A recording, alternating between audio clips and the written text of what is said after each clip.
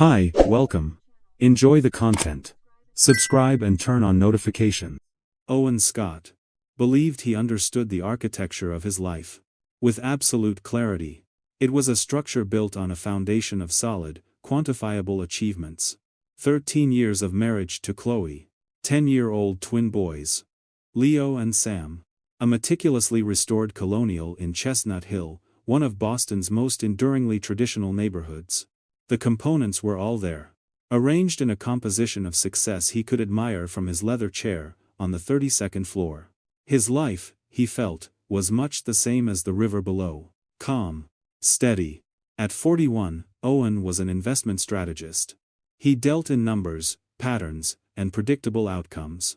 Chloe, 37, was the head of the English department at the Windsor Academy, a prestigious private school, where she shaped the minds of the city's next generation. To everyone in their circle, they were the couple that worked. Balanced. Respectful. Present. Owen never imagined that the foundation he so admired was riddled with hairline fractures. Invisible, to his analytical eye. The disconnect, when he bothered to notice it, was subtle. He'd come home one Tuesday evening and find Chloe at the kitchen island, surrounded by stacks of essays. The light above cast a severe glow on her face. "Tough day?" he asked, loosening his tie. "Just the usual," she murmured, her pen scratching across a page. "The juniors are struggling with Faulkner." Too.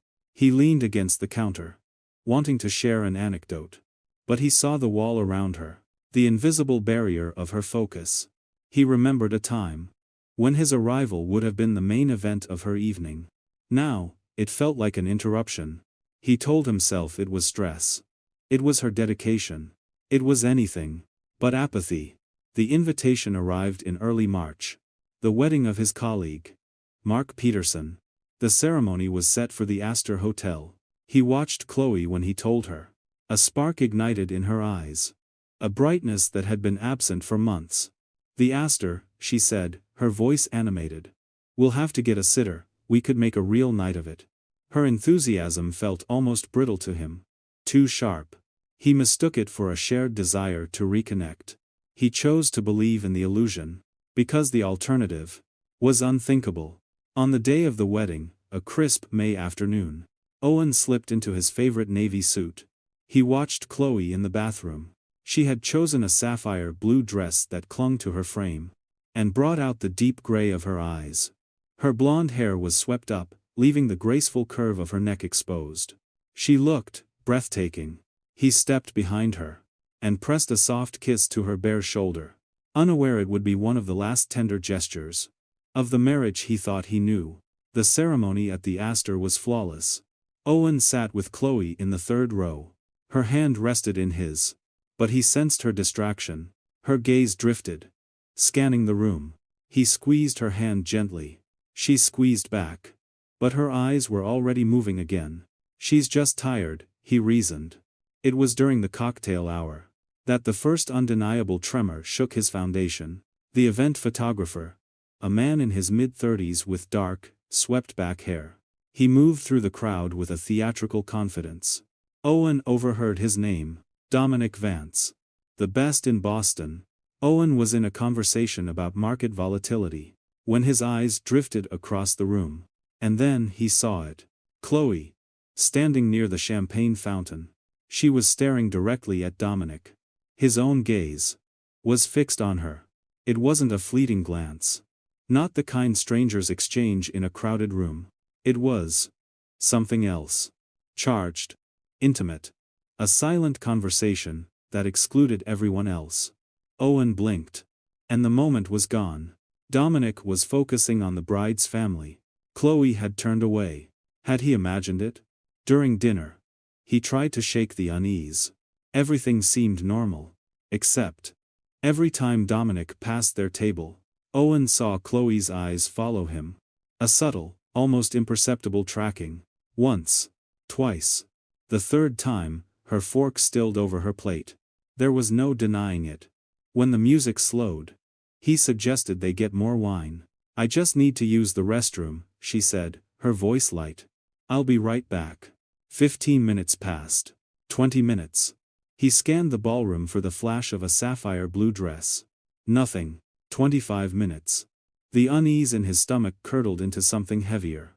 Colder. He walked toward the parking garage. And that's when he saw her. She was emerging from a dimly lit service corridor. Her face was flushed. The deep red lipstick. Smudged. Her elaborate hairstyle, no longer perfect. She stopped dead when she saw him. Shock flashed in her eyes. Then guilt. Then she smiled. A deliberate, casual expression. "There you are," she said, her voice slightly breathless. "I just needed some fresh air." Owen glanced past her. Toward the service alley. A loading dock. Dumpsters. Not a place one would choose. For fresh air. "Are you okay?" he asked, his voice flat.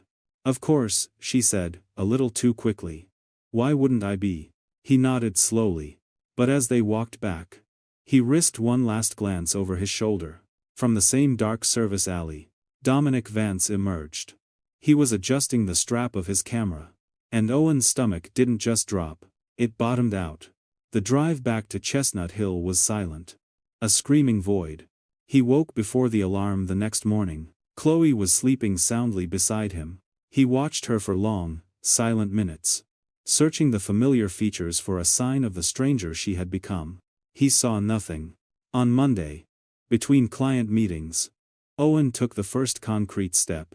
He logged into their joint bank account. He rarely scrutinized the statements.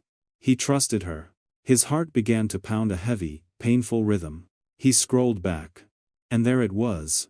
Regular electronic transfers, to an account he didn't recognize. $500 here. $800 there. $1,200 last month. The transfers went back 4 months. The total exceeded $12,000. Cold, hard numbers. Telling a story he couldn't yet fully decode. His hand trembled as he wrote down the account number. That night, while Chloe helped the twins with their homework. A perfect scene of motherhood. Owen locked himself in the home office. The thought of confronting her was a volatile mix of rage and terror. A direct question would be met with a direct lie. He was sure of it. He needed facts. He needed evidence. He needed certainty. On Wednesday, he made the call. To Robert Miller. A private investigator. Discreet. Efficient. Expensive. Owen didn't care about the cost. "I can have something solid for you in 72 hours, Miller said, his voice a gravelly monotone. The next 3 days were the longest of Owen's life. A performance. He was a ghost in his own home. Every smile she gave him felt like a calculated lie. Her complete and utter normalcy was the most damning evidence of all. On Friday afternoon, his private line rang. It was Miller. "I have the full dossier," he said. "Do you want it emailed, or delivered?" "Email it," Owen replied, his voice a dry rasp. The file arrived an hour later. The subject line was simply, "Scott, C." Owen locked his office door. He took a deep breath. And he opened the file. The first page was a summary. Written in detached, clinical prose. What Owen read on the following pages systematically shattered every remaining illusion he held. Chloe had been having an affair with Dominic Vance. For 6 months. The money was for the lease on an apartment. A secret apartment. Miller had documented their regular meetings. Wednesday afternoons. Departmental meetings. Saturday mornings. A spin class. The dossier was filled with photographs.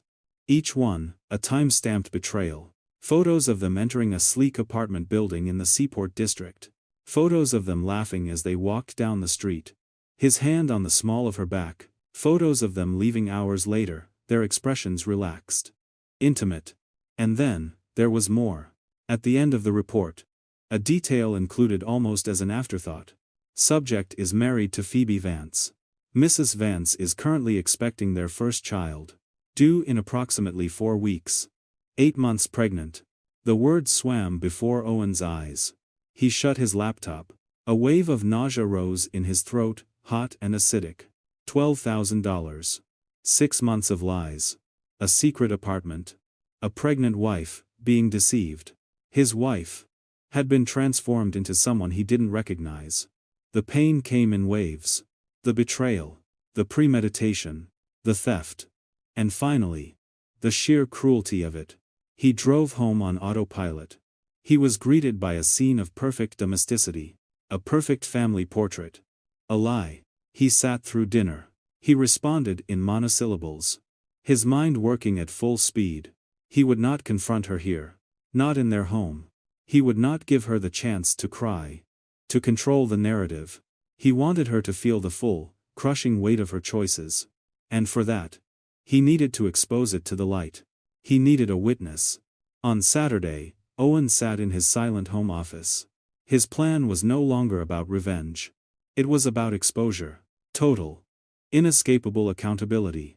With trembling fingers, he typed a carefully worded message to Phoebe Vance. He asked to meet her.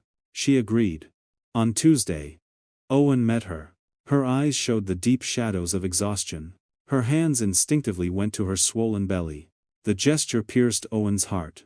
He told her everything. With shaking hands, she opened the folder. She saw the photographs. "I suspected," she whispered, her voice cracking. I didn't want to believe it. Things were watching. "Tomorrow," Owen said, his voice steady. "I am confronting my wife. At a very public restaurant. If you want to be there, you can be." Hid. She looked up at him, a new steel in her gaze. "I'll be there." Wednesday arrived. Gray and overcast. They met at La Voile at noon. The same restaurant. The same table by the window where he had proposed. Chloe was radiant. And completely unsuspecting. When the waiter had left, Owen took a deep breath. "Chloe. We're not here to celebrate a deal. Once to Idzar." Her smile faltered. "Then why?" He placed the folder on the table. "We're here. Because I need you to explain. What these $12,000 have been paying for." Her face went white. "Owen, and before you invent a story," he continued, his voice cold as he spread the photos across the table. "I want you to know that I hired an investigator. I know about Dominic. I know about the 6 months. I know everything. Times of the Presidy. An interesting choice of restaurant, don't you think?" He said, his voice sharp. "The same place I asked you to marry me." Ironic. Tears began to stream down Chloe's face. At that moment, a figure approached their table. Chloe looked up. And froze. Phoebe Vance stood there. "You must be Chloe," she said, her voice steady as she sat down. "I'm Phoebe. Your lover's wife. The pregnant wife. To be specific." Chloe shrank into her chair. I didn't know," she stammered. "Didn't know I existed. Or didn't know I was pregnant." Phoebe retorted. "He wears a wedding ring. It's hard to miss. Unless you choose not to see it." She leaned forward. "You stole from me a pregnancy that should have been happy." Chloe was sobbing openly now. "I'm filing for divorce," Owen stated, his voice calm and final. "I've already spoken to a lawyer. You'll have your things out of the house by the end of the week. You destroyed our family, Chloe. You did this. With Shiva graded I am." Phoebe stood up. "You affected a child who hasn't even been born yet. Think about that." She walked away. "He told me he was going to leave her," Chloe finally whispered. "And you believed him?" Owen said, shaking his head. "Don't blame your loneliness for your decisions, Chloe. Own them." He stood up. "I expect you to be gone by Sunday." He walked out of the restaurant without looking back. Leaving her alone, at the table where their life together had once begun. The year that followed was a slow, arduous process of demolition and reconstruction. Owen remained in the house with Leo and Sam. Family therapy became their new ritual. Chloe moved to Cambridge. The story seeped into their social circle. She resigned from her job. Phoebe filed for divorce from her hospital bed. Dominic Vance's reputation was ruined. 18 months after the confrontation, Owen sat on his back porch. The sharp, searing pain of the betrayal had faded. It left behind a dull, permanent scar. A reminder of the wound. But one that no longer prevented him from living. His phone buzzed. A message from Phoebe Vance. A photo was attached. A cheerful, chubby-cheeked girl. Her daughter. Sophie. The message read. "Sophie took her first steps today. I thought you should know that not everything that came from that disaster was bad. Thank you for telling me the truth. Owen looked at the picture. And for the first time in a very long time, he smiled. A genuine, unburdened smile. He realized the anger he had carried like a physical weight was finally beginning to dissipate. He hadn't forgiven Chloe. Perhaps he never fully would. But he no longer needed to carry the burden of her betrayal. The twins called him from inside. Dinner was ready. Owen rose and walked into the home he had painstakingly rebuilt. Not as a perfect portrait, but as a sanctuary. It wasn't the life he had planned. It wasn't the future he had imagined. But it was a life built on a foundation of hard, painful truth, instead of beautiful, fragile lies. And that, he was slowly discovering, was worth more than any illusion of perfection. Slowly, the better days were coming. Thank you for watching the video. If you enjoyed it, don't forget to subscribe to the channel and turn on notifications so you won't miss any updates. See you next.